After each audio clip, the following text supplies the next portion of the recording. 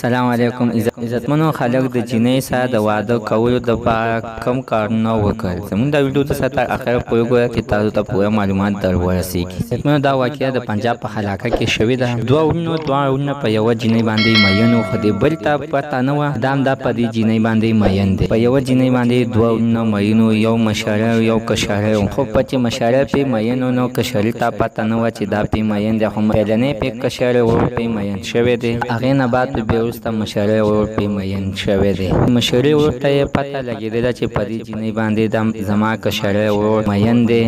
نو دا خلک راپاڅېدلو او خپل ورور ووژلو. ویې وژلو. د پولیس په تفتیش باندې دا بیا 3 میاشتې بعد پته ولګېدله چې دا خو دوی په خپل کور کې دا کشره راپاڅېدلی دی او مشره ورور د یوې جینۍ دپاره وژلی دی. الله تعالی د موږ او په تاسو باندې ورحمېږي چې اوس خپل ورونه په خپلو کې یو بل وژني د یوې جینۍ د لاسه. جینۍ د ځان نه خبره هم نه ده او دوی په خپل کور کې په یو بل باندې سرونه مات کړ او کشره د ځان نه خبره مشره د ځان نه خبره هم نه او کشره ورور راپاسي او د شپې په اوږدو باندې تمانچه باندې ولي. مینوالو هېڅکله داسې کار مه کوئ، ځکه چې پردو جینکو دپاره د خپل کورونه مه ورانوئ او خپله ورورولي مه خرابوئ. تعالی د موږ او په تاسو باندې الله ورحمېږي. زموږ نننۍ معلومات تر دې ځای پورې د نوي معلومات دپاره زموږ دا سوپر چینل ته سبسکرائب کړئ، خوا کې یو سره د ټلۍ نشان وکړئ. یو نوي معلوماتي ویډیو تاسو ته په اسانۍ باندې در ورسیږي.